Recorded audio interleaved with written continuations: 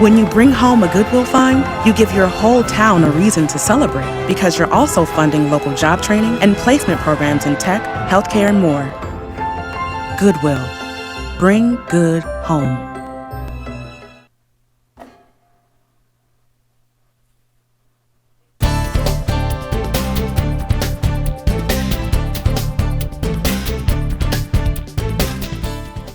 Good evening and welcome to Eagle Eye News at 6. I'm Abigail Griffin. A big win for the Auburn Tigers this weekend against the Green Wave. The Tigers pulling out the win with a final score of 24-6. The defense shined in Auburn's 24-6 victory against Tulane this past Saturday, not allowing a touchdown in the first game at Jordan-Hare of 2019. Jeremiah Denson, the regional's SEC Defensive Player of the Week, had an interception that turned into points on the offensive end for the Tigers after the interception at the Auburn 18-yard line. Auburn marched 82 yards on 11 plays with Jartavius Whitlow capping off the drive with a 14-yard rushing touchdown to give Auburn a 21-6 lead at the end of the third quarter. Denson said the defensive line got a good push. The quarterback tried to hit the tight end and the ball was in the air for a long time. I was the middle field safety, just ran it down and made the play. Will Hastings proved once again that he is a vital part of the Auburn offense after hauling in 5 passes for 75 yards and a touchdown in the first half. He sliced through the Tulane secondary and spun into the end zone for Bo Nix's first touchdown pass in front of the Jordan-Hare crowd. I think it's a quality win and we took care of business. They played extremely hard and that was a quality opponent. We're 2-0 and looking forward to playing at home next week, Coach Gus Malzahn said. The Tigers welcome Kent State into Jordan-Hare this Saturday for homecoming at 6 p.m. Central Time and can be seen on ESPN2. And the first home game of the season meant a new eagle was flying in Jordan-Hare. Aria, the golden eagle, made her debut and was a little shy as she began to circle the stadium. Nova, Auburn's fellow official eagle, has been sidelined since 2016 with a heart condition and cannot fly before games. Andrew Hopkins, Assistant Director of Raptor Training and Education at the Southeastern Raptor Center in the College of Veterinary Medicine, spoke about Aria's first steps to being the Auburn Eagle. So we started her training and just basically taught her to come to a lure like all of our eagles are trained. So on game day, they're looking for that lure, and Aria's done fairly well. She still has a little bit of learning to do, but that's expected with a wild eagle. It takes a long time for us to teach them to be able to fly into the stadium. So her training started in 2017, and then she made her game day debut last year in 2018 at the Liberty game. Another change at the game this week was the use of metal detectors. Fans entering the stadium were met with lines for metal detector screenings. Metal detectors are required by the SEC for all stadiums by fall of 2020. They are already mandatory at all NFL and MLB stadiums. Auburn Athletics encouraged fans to arrive at the game gates 30 minutes earlier than they normally would to ensure a smooth transition. Fans will not be required to remove accessory items, shoes, hats, wallets, or coats before walking through the detectors. And this week marks the start of homecoming on the Plains. 5 senior women are campaigning this week on platforms meaningful to them and to the campus community. Sophie Brent, Maggie Hightower, Caroline Matthews, Mary Stewart, and Allison Beverly are on the concourse this week with their campaigns. They each spoke about Eagle Eye TV about their platforms. Hi, I'm Caroline Matthews, and I am so honored to be a Miss Homecoming candidate for Auburn University this year. As an English literature major, I've always had a passion for reading and the educational opportunities that literacy skills provide in a student's life. After researching the elementary schools in our area, I realized that many children are not receiving the materials or time necessary to become proficient in reading. To help with this, I've started a book drive collecting books that children can take home with them or have added to their school's libraries. I'm also developing a program where Auburn University students can travel to certain elementary schools in our area to read to young students and assist them in learning to read. I believe in education, and I know that Auburn University students have a unique understanding of the doors it can open in a child's life.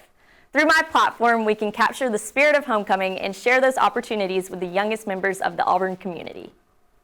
Hi, my name is Sophie Brent, and I have the honor of serving as one of your top 5 Miss Homecoming candidates this year.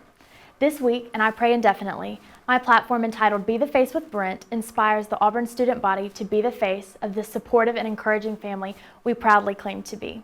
We're challenging students to be the face in 4 ways this week, using an acronym that actually spells FACE, with F representing financial support, A representing academic assistance, C representing cultural understanding, and E representing encouraging spirit. We are dedicating time each day to highlighting programs and organizations Auburn University has in place for meeting students' financial needs, providing academic help outside of class, breaking down racial and cultural barriers by seeking to engage and understand those around us, and spur one another on to good works and encouragement.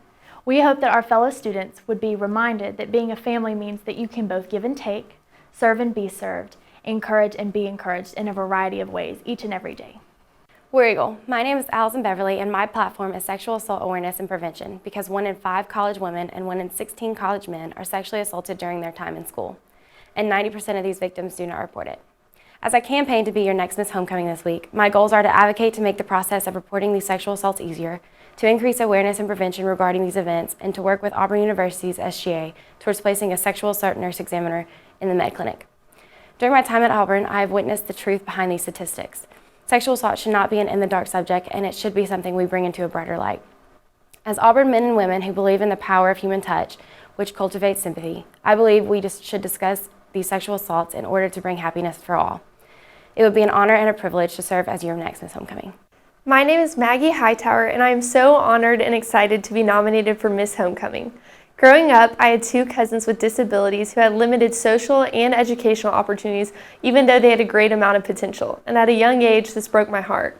Now, with a program like the Eagles program at Auburn University, there is hope for this previously underserved population. The Eagles program is a higher educational opportunity for students with intellectual disabilities to gain the full Auburn experience. The first part of my platform is to increase the level of collaboration among the students in the program and organizations on Auburn's campus. Having directly seen the benefits of being involved in a variety of organizations, I'm passionate that every student deserves an equal opportunity to do so. Secondly, the students in the program are facing around a $5,000 cost for on-campus housing each semester. I've created a scholarship that will help a student in financial need in order to increase accessibility in the program. This platform is bigger than Auburn's campus. This is about the inclusion and the extension of the Auburn family.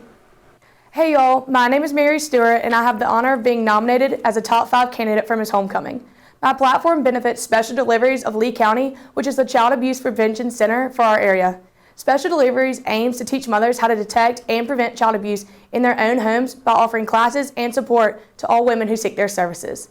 The Auburn family spreads well beyond the confines of campus, and I would love to use my campaign to give back to this community that gives us so much.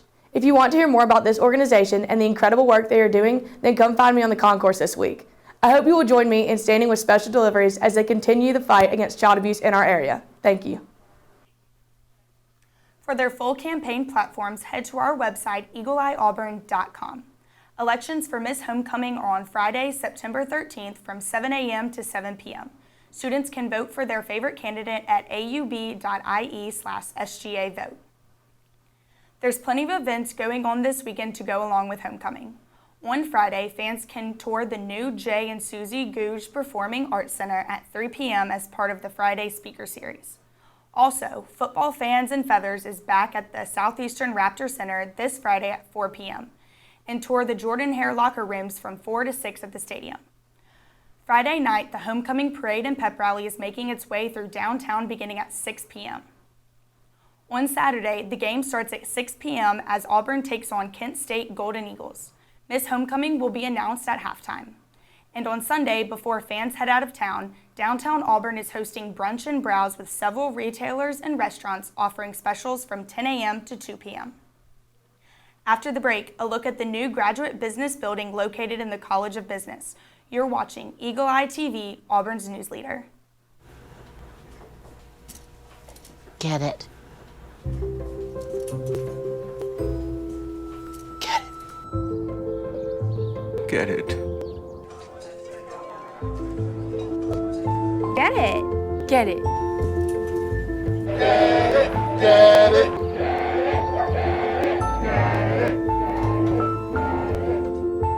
Is she gonna get it, Daddy?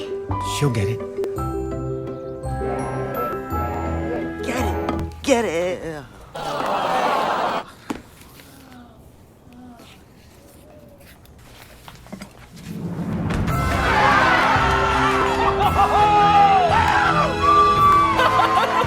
When you bring home a Goodwill find, you give your whole town a reason to celebrate because you're also funding local job training and placement programs in tech, healthcare, and more. Goodwill. Bring good home.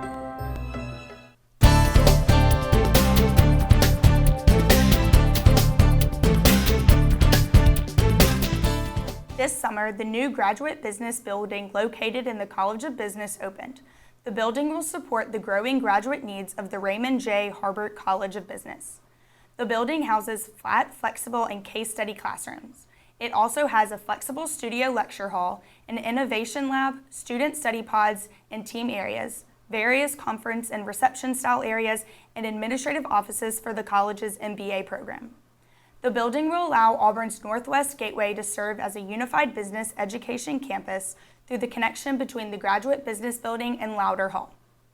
The construction period began in the summer of 2007 and ended this past summer. The board-approved budget was $4 million and has a square footage of 105,000 square feet. There's even a rooftop terrace that allows business students to do work and projects. The City of Auburn Diversity and Inclusion Task Force was established shortly after Mayor Ron Anders was elected in October 2018.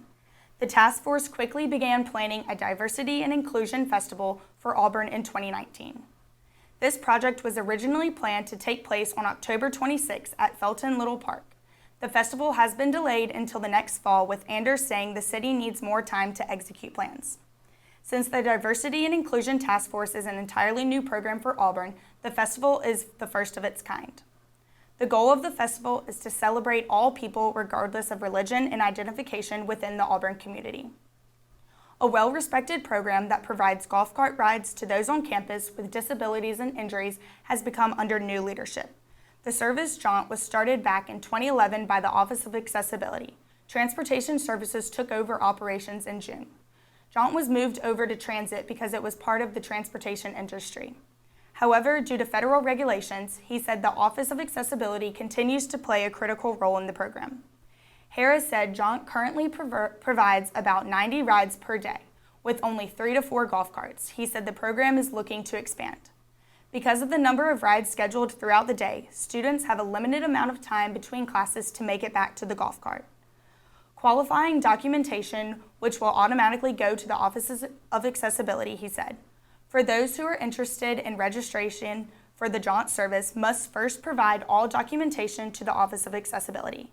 This information can be sent to Barkley Bentley, Assistant Director for Accessibility at bentlbj@auburn.edu. This week's Pet of the Week is sure to keep you company. Bachman is a 3-year-old cat who loves attention and spending time with humans. He can often be found taking a nap in whichever place looks the coziest. Like most of us, he needs some personal space at times and wants a family that can respect that. Bachman is neutered, vaccinated, and microchipped. He is available for adoption at the Lee County Humane Society. After the break, find out what happened to a Utah man who woke up in a drain pipe. You're watching Eagle Eye TV, Auburn's news leader. We're all part of your community. We all play a role in keeping our community safe. So protect your every day. If you see something suspicious, say something to local authorities. With data breaches on the rise, finding the right tools to protect you and your loved ones from identity theft is critical. That's why the Alabama Department of Revenue is providing residents a free and secure mobile app that uses your face to confirm your identity, so only you can claim your state income tax refund. Download the Alabama EID to your smartphone and complete a simple 4-step registration process. Using facial recognition technology, the Alabama EID verifies your identity by matching your face against the picture used to make your driver's license or state-issued ID.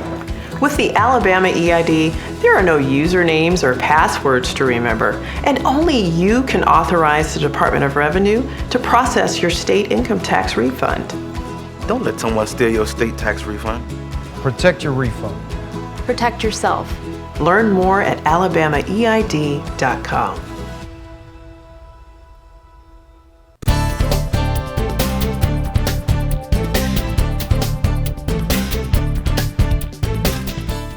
Utah man was found in a 12-inch drain pipe after falling asleep. He was trapped for hours and was finally rescued. The 40-year-old had no clue he was trapped under the busy underpass. Passengers and others heard the man's screams once he had woken up and realized what happened. He fell asleep near the pipe and eventually slid down the drain while sleeping. He was wedged about 4 feet down and was dragged by a pulley system back above ground. That's all we have for you tonight. Be sure to tune in every Monday at 6 and catch all the latest headlines at eagleeyeauburn.com. I'm Abigail Griffin, and thanks for watching, and War Eagle.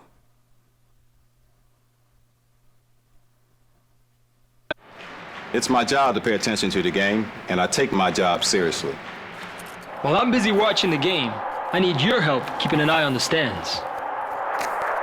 If you see something that doesn't look quite right, tell a law enforcement official. We all play an important role in protecting our communities, and you can help. If you see something suspicious, say something to local authorities.